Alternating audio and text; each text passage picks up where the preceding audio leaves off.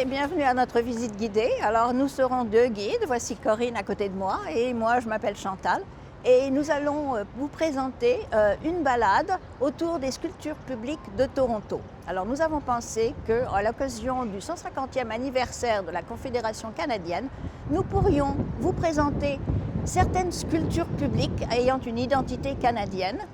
Et la raison pour laquelle nous avons pensé que c'était une bonne idée, c'est que depuis environ 1991, il y a eu un plan qui a été adopté par la ville de Toronto demandant qu'il y ait 1% du budget de la construction d'un édifice qui soit consacré à de l'art public.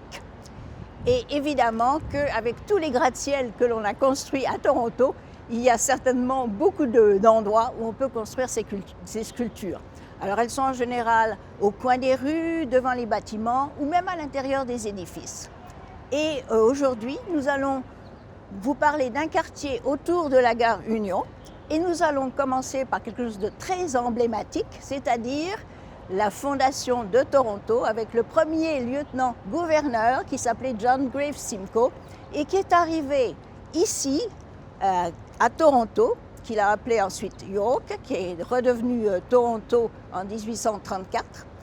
Et avec sa femme, donc, il est arrivé dans le port de Toronto, parce que ce qui s'était passé, c'est que avant, la capitale au Canada, c'était donc à New York, qui était en fait Niagara-sur-le-Lac. Mais étant donné que le gouverneur pensait qu'on était trop proche des États-Unis, il a décidé de trouver un meilleur endroit. Il est arrivé donc dans la baie de Toronto, il a vu qu'il y avait une péninsule donc, qui permettait d'avoir un abri et donc lui a décidé de s'établir ici. Alors ce que vous voyez ici, c'est une sculpture qui s'appelle Campsite Founding et qui a été construite en 1993, le 200e anniversaire de la fondation de la ville. Alors je vais vous montrer un peu ce qu'il y a dans cette sculpture et qui a énormément de choses très intéressantes. Alors on va s'y diriger.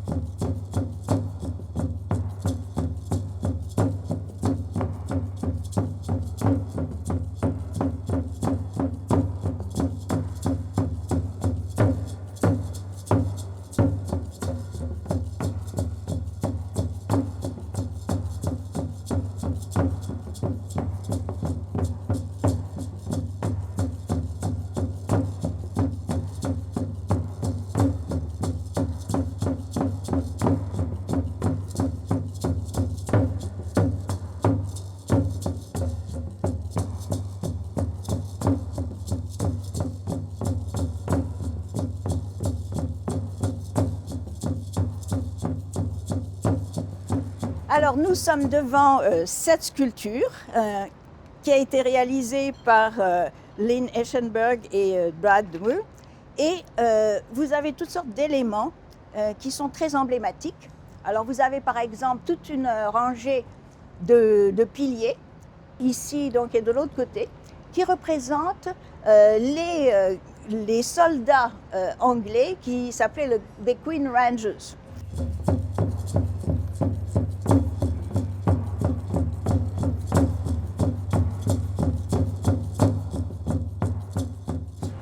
Ensuite, vous avez une table. Alors la table, ça c'était l'endroit où on préparait les opérations. Vous avez en dessous de la table ce qui ressemble à une coque de bateau. Pourquoi? Parce que les Simcoe étaient arrivés en bateau et ils étaient d'ailleurs conduits par Jean-Baptiste Rousseau qui connaissait donc le port.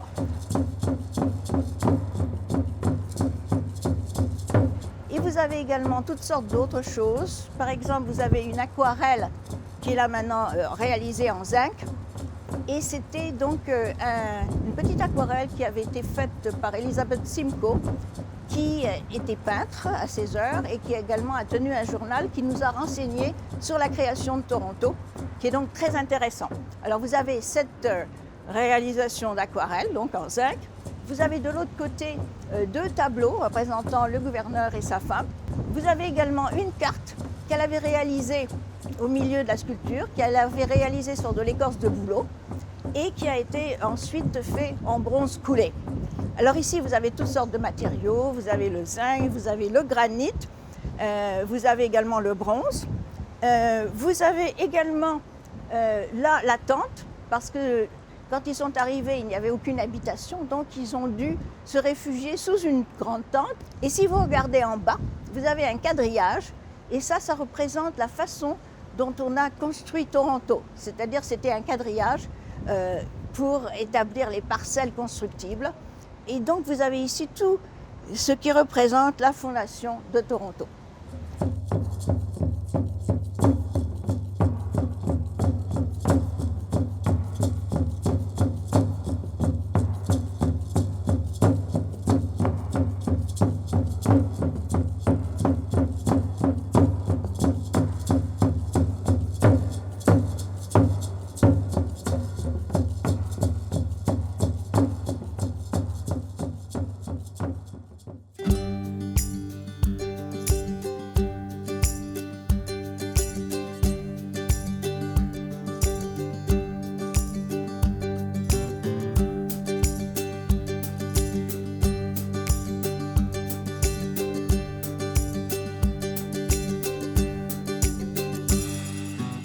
Alors maintenant, nous nous trouvons devant une autre sculpture publique d'un genre tout à fait différent, qui a été sculptée par quelqu'un de très connu qui s'appelle Anish Kapoor, qui vit à Londres et qui est également l'auteur d'une sculpture très renommée à Chicago qui s'appelle Cloud Gate. Et c'est une sculpture qui s'intitule Mountain, alors montagne. Alors on peut penser qu'il est en train de représenter les Rocheuses, vous avez 5 montagnes ici. Mais en fait, je pense que ça représente plutôt la sculpture moderne, parce que c'est une sculpture qui a été réalisée en 171 couches d'aluminium avec des jets d'eau. Alors, c'est encore un style tout à fait différent. Et nous allons passer à la 3e sculpture qui est sur Simcoe Place. Simcoe Place, pourquoi? Parce que ça, c'est l'endroit du Parlement qui a été de 1829 à 1832. Alors la 3e sculpture que nous allons voir a encore un style qui est totalement l'opposé de ce que nous venons de voir maintenant.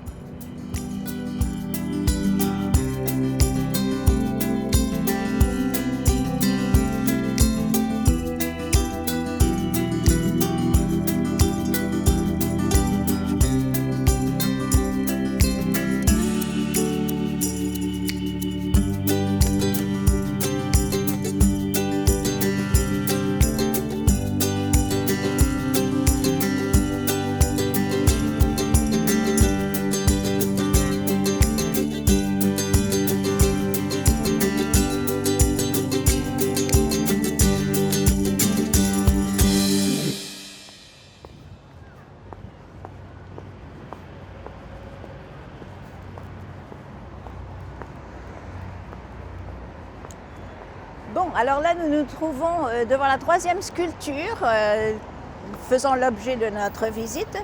Et c'est une sculpture qui a été réalisée en l'an 2000, projet du millénaire, qui s'intitule 100 Workers, les 100 travailleurs. Et ce que cela montre, c'est quelque chose donc, qui a été commandé ou commandité par la Commission de la sécurité du travail et des accidents sur les lieux de travail et qui essaye de commémorer un travailleur par an depuis 1900 jusqu'à l'an 2000. Et on explique qui a été tué, c'est évidemment un représentant, et comment il a été tué sur quel lieu de travail. Alors vous avez donc 2 murets de granit rouge avec tous les noms à partir de 1900, un travailleur par année, jusqu'à l'an 2000. Alors ici, vous voyez donc tous les noms de ces travailleurs, comment ils ont été tués. Et c'est vraiment pour sensibiliser les gens aux accidents de travail et quelles sont les mesures qui doivent être prises.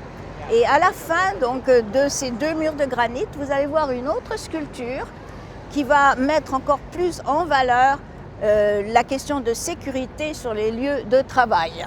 Alors vous voyez donc que chaque plaque représente un travailleur qui a été tué sur les lieux de travail.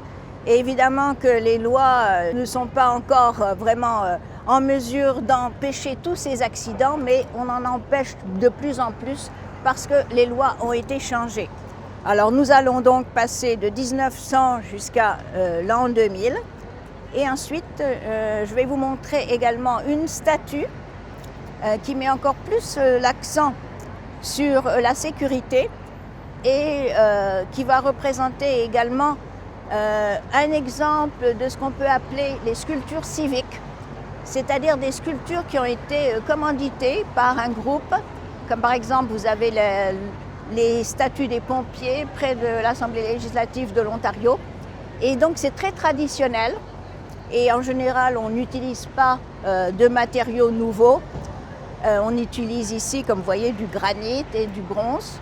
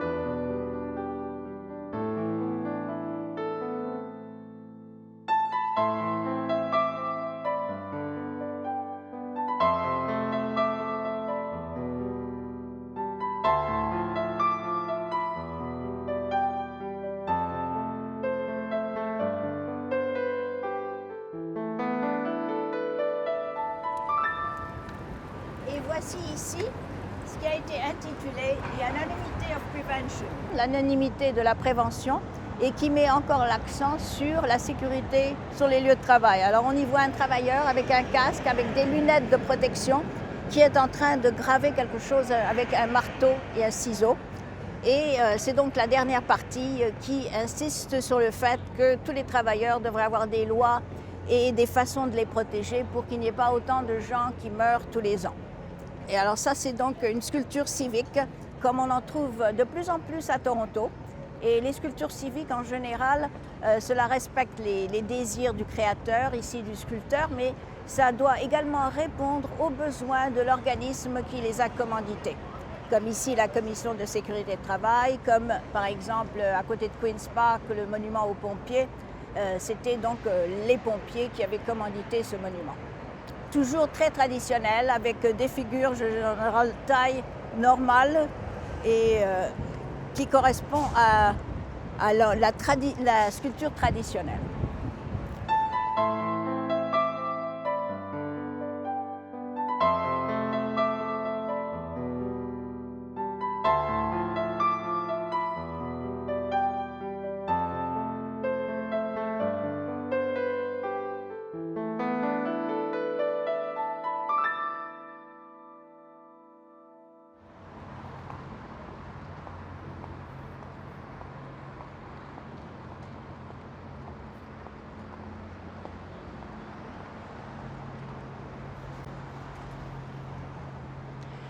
Voici une sculpture qui fait office de banc public devant les studios Glenn Gould, une œuvre de Ruth Abernethy réalisée en 1999.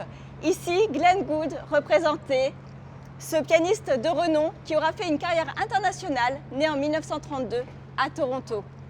Glenn Gould est représenté ici grandeur nature, tout de bronze vêtu, on peut dire, tenant son béret, comme si le bronze redonnait vie à l'artiste. Une véritable invitation à s'asseoir à ses côtés. Ce concept où le personnage partage son espace avec le public n'est pas rare à Toronto. Vous le retrouvez sous différentes formes et de façon disséminée. Glenn Gould est donc un pianiste de renom, mais c'est aussi un personnage haut en couleur. Par exemple, remarquez ses gants. Eh bien, il les portait été comme hiver. Par exemple, certains de ses amis se rappelleront avoir eu la chance de faire une balade à ses côtés, en plein été, toute fenêtre fermée, le chauffage allumé. Il était hypocondriaque, il était en plus emmitouflé d'une écharpe, portait un béret tête que celui-ci et des gants. Il ne les retirait même pas lorsqu'il serrait la main, et c'est ce dont se souviendra Tatiana Nikolaïeva, une pianiste russe de renom également, et également réputée pour ses interprétations de Jean-Sébastien Bach tout comme Glenn Gould. Glenn Gould commence sa carrière à l'âge de 14 ans. Il est déjà soliste dans l'Orchestre symphonique de Toronto et il arrête les salles de concert dès l'âge de 32 ans, considérant que ce n'est pas l'endroit le plus approprié pour l'écoute de la musique. Il va du coup se consacrer aux enregistrements en studio, à la radio, ce qui lui convient bien davantage puisqu'il considère que le son du piano n'est pas tout à fait à son goût et cela lui permettra de remoduler certaines sonorités du piano. Il reçoit en 1981 la médaille du Conseil canadien de la musique. Il meurt en 1982 à l'âge seulement de 50 ans d'un accident vasculaire et il faudra attendre 2012 pour que Glenn Gould soit élevé au rang des personnages historiques canadiens, comme l'atteste cette plaque rouge qui montre qu'il s'agit bien d'une plaque fédérale et donc d'un personnage important. C'est une sculpture figurative, représentative. Nous allons maintenant passer à une sculpture caricaturale.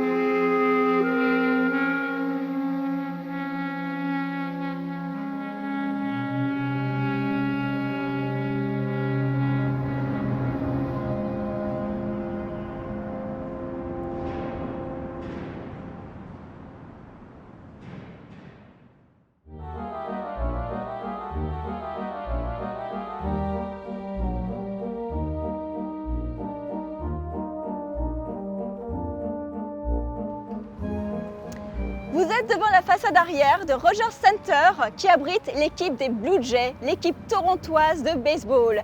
Et placé en hauteur, vous trouverez Audience, une œuvre de Michael Snow réalisée en 1989. Elle est réalisée en fibre de verre et puis peinte de couleur métallique. Cette sculpture est divisée en deux fragments et on parlera des deux. Audience représente les fans de baseball, on peut dire en pleine action, dans un méli-mélo de bras, les uns hurlant, les autres gesticulant. Et si vous regardez de plus près, vous verrez qu'en fait, chacun regarde dans une direction différente. Chacun réagit à un moment différent du match et à une action différente sur le terrain. D'ailleurs, regardez le petit sur les épaules de son père. Il a l'air tout enthousiaste, soulevant son béret, alors que la femme juste à côté fait un geste désabusé.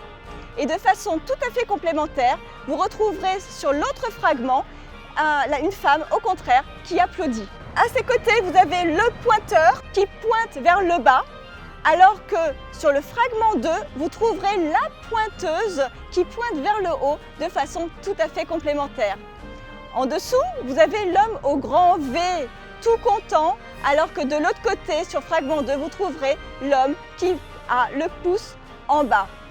Ensuite, à ses côtés, vous avez le photographe qui photographie quelque chose de tellement près qu'on dirait qu'il photographie ses pieds. Et de façon tout à fait opposée, vous avez sur fragment 2, l'homme au contraire aux jumelles qui regarde l'horizon. Et enfin, mon personnage préféré, celui qui fait un pied de nez et la grimace complémentaire. Allez, je vous la fais, celle-ci. Et vous trouverez ce personnage sur Fragment 2. Et avec beaucoup d'humour, Michael Snow a placé ces deux personnages face à face, se répondant. Michael Snow est un artiste canadien réputé pour ses sculptures. C'est une figure emblématique de l'art contemporain au Canada depuis l'après-guerre mondiale jusqu'à nos jours. Et s'il est réputé pour ses sculptures, il est aussi un artiste complet puisqu'il est aussi photographe, peintre, cinéaste, musicien et plasticien. Nous allons maintenant, après cette sculpture divertissante, légère et remplie d'humour, découvrir une sculpture lourde en histoire tout en passant devant Fragment 2.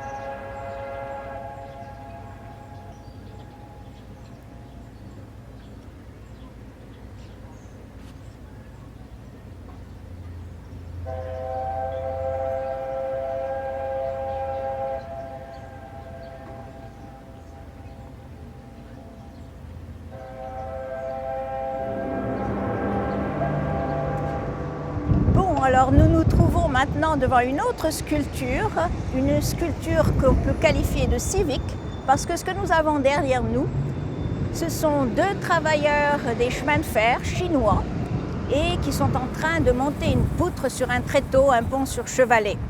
Et qu'est-ce que ça représente? Ça représente un monument qui a été commandité par la communauté chinoise, et ça c'est en mémoire de tous les travailleurs chinois qui sont morts pendant la construction du chemin de fer allant d'un océan à l'autre au Canada. Alors il y a eu, je pense, environ 14 000 travailleurs chinois qui venaient de la province de Guangdong, que l'on a fait venir parce qu'il fallait absolument construire ces voies ferrées. Et pourquoi? Parce qu'on était au moment de la Confédération et on avait promis à la Colombie-Britannique d'avoir un chemin de fer, des voies ferrées qui iraient jusqu'en Colombie-Britannique pour pouvoir avoir la confédération du pays. Et si on ne réussissait pas cela, à ce moment-là, la Colombie-Britannique ne se serait pas associée aux autres provinces pour former la Confédération canadienne.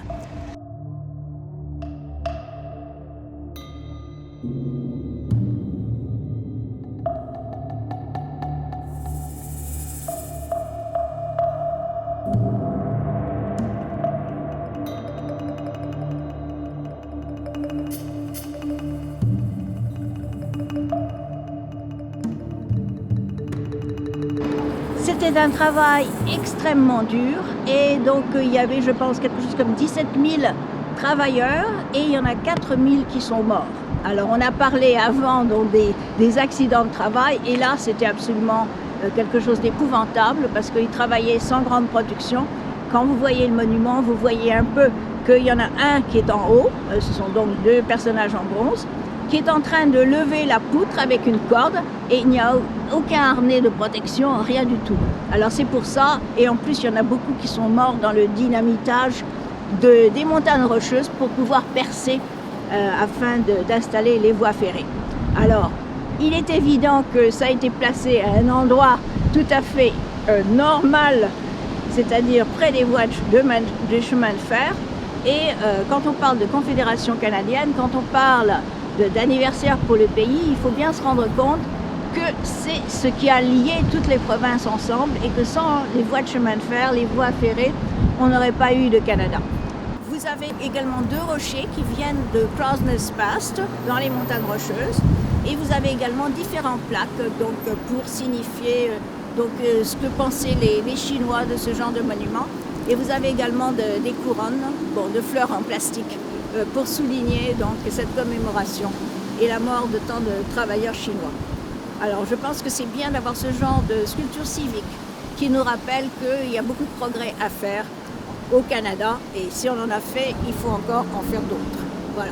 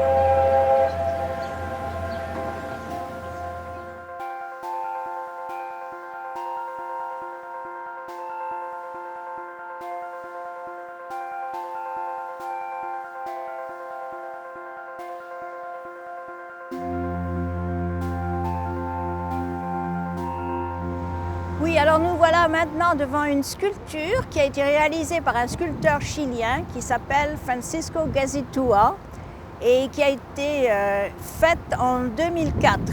Alors c'est quelque chose qui ressemble à un travail d'ingénierie. Alors vous voyez donc deux arcs, vous avez également ce qui ressemble à deux rames et également un mât de bateau. Et ce que nous avons en fait ici, c'est la recréation du naufrage de deux goélettes pendant la guerre de 1812. Alors cette guerre évidemment a été très importante pour le Canada puisque ça a permis donc au Canada de ne pas être envahi par les Américains. Donc Francisco Gazitua, c'est un sculpteur chilien qui a travaillé avec de nombreux matériaux mais qui se spécialise plutôt dans l'acier et en l'occurrence ici l'acier de couleur noire. Il aime forger ses œuvres lui-même et en l'occurrence cette sculpture a été réalisée au Chili.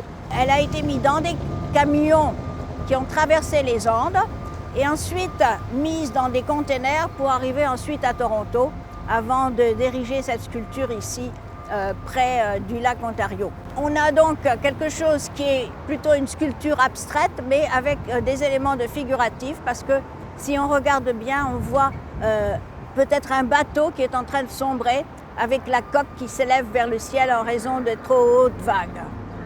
Francisco Gazitua, vous trouverez ces sculptures à peu près dans de nombreux pays, et on en a plusieurs à Toronto, dont certaines qui ne sont pas très loin d'ici.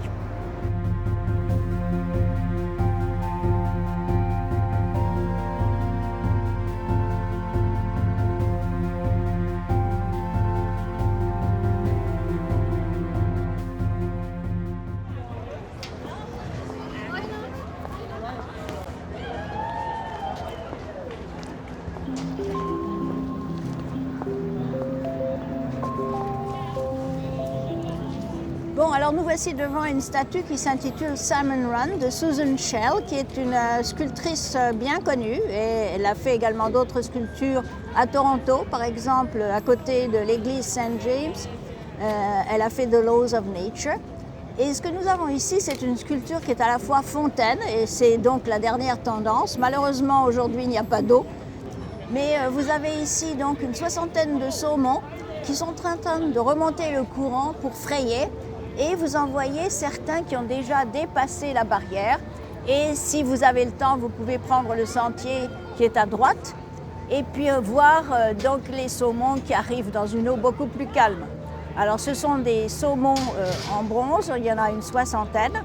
Et vous avez également des murs de granit vert et noir et avec des silhouettes d'herbes marines, de roseaux. Vous avez donc toutes sortes de tours en béton et en verre. Et ce que Susan Shell a voulu faire, c'était d'apporter un peu de nature dans cet univers bétonné. Et c'est également une oasis.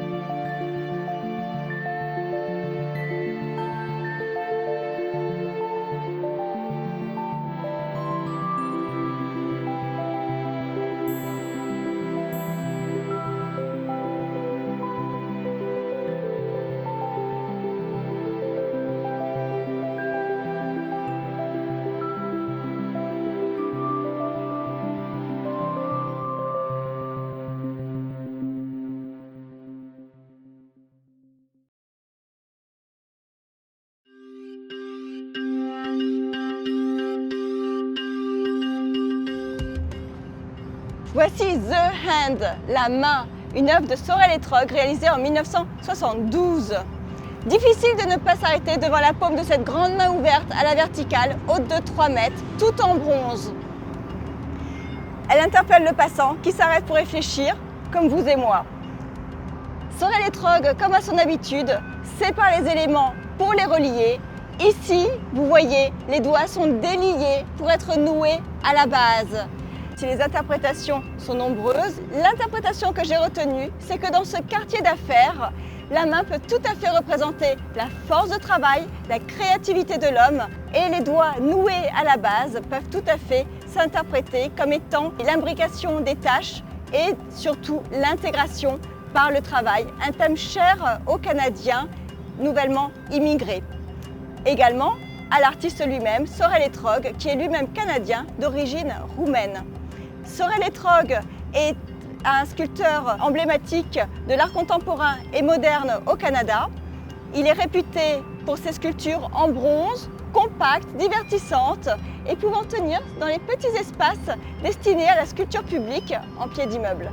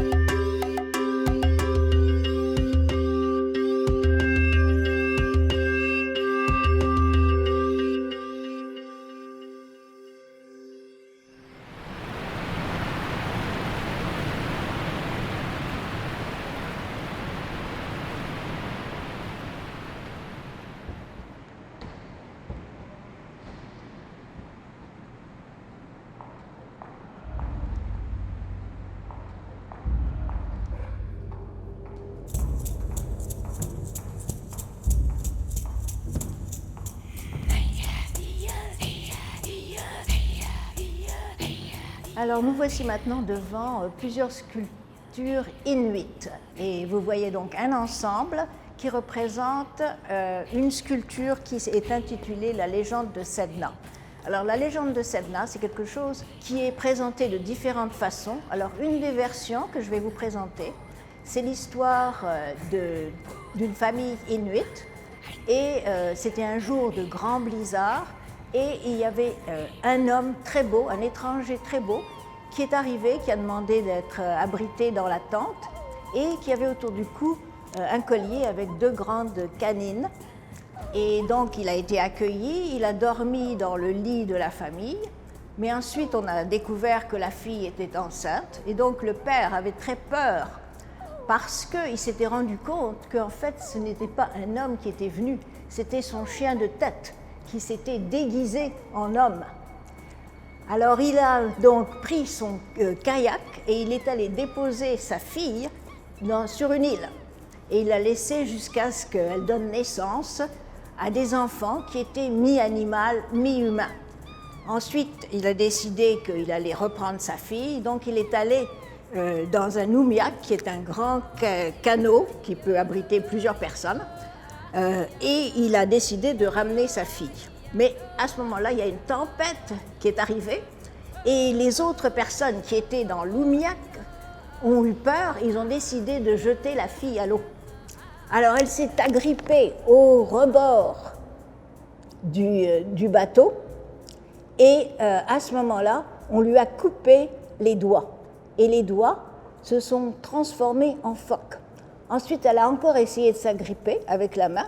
On lui a coupé la main et ça s'est transformé en morse. Et puis ensuite, elle a toujours essayé de reprendre pied sur le bateau. On lui a coupé l'avant-bras et ça s'est transformé en baleine. Alors, c'est la légende de Sedna. Il y a eu plusieurs versions. Ça, c'en est une d'elles. Et alors là, dans les sculptures, vous voyez des sculptures qui ont été réalisées par 3 sculpteurs inuits, plus un sculpteur de Vancouver, George Pratt, et vous avez toutes sortes d'animaux, et vous voyez la légende de Sedna. Alors vous voyez par exemple, il y a un chaman qui est sur un rocher, qui est en train de plonger. Vous avez ensuite évidemment Sedna avec son narval, le narval qui est une baleine avec une longue défense, en donc marbre rose, Et vous voyez donc toutes les écailles, parce que c'était donc une jeune fille qui était tombée à l'eau, ou une jeune femme qui était tombée dans l'eau, et ensuite elle s'était transformée en sirène, et elle était la déesse de la mer. Alors ensuite, vous avez un ours, vous avez un morse, vous avez également un phoque en gneiss et en arbre. Et alors, ce qui est intéressant, c'est que dans de nombreuses légendes autochtones, vous avez souvent un mélange de l'humain et de l'animal. Et ça, c'est justement une légende qui montre que tous les êtres peuvent être à la fois humains et animaux. Donc, c'est important pour comprendre la culture canadienne.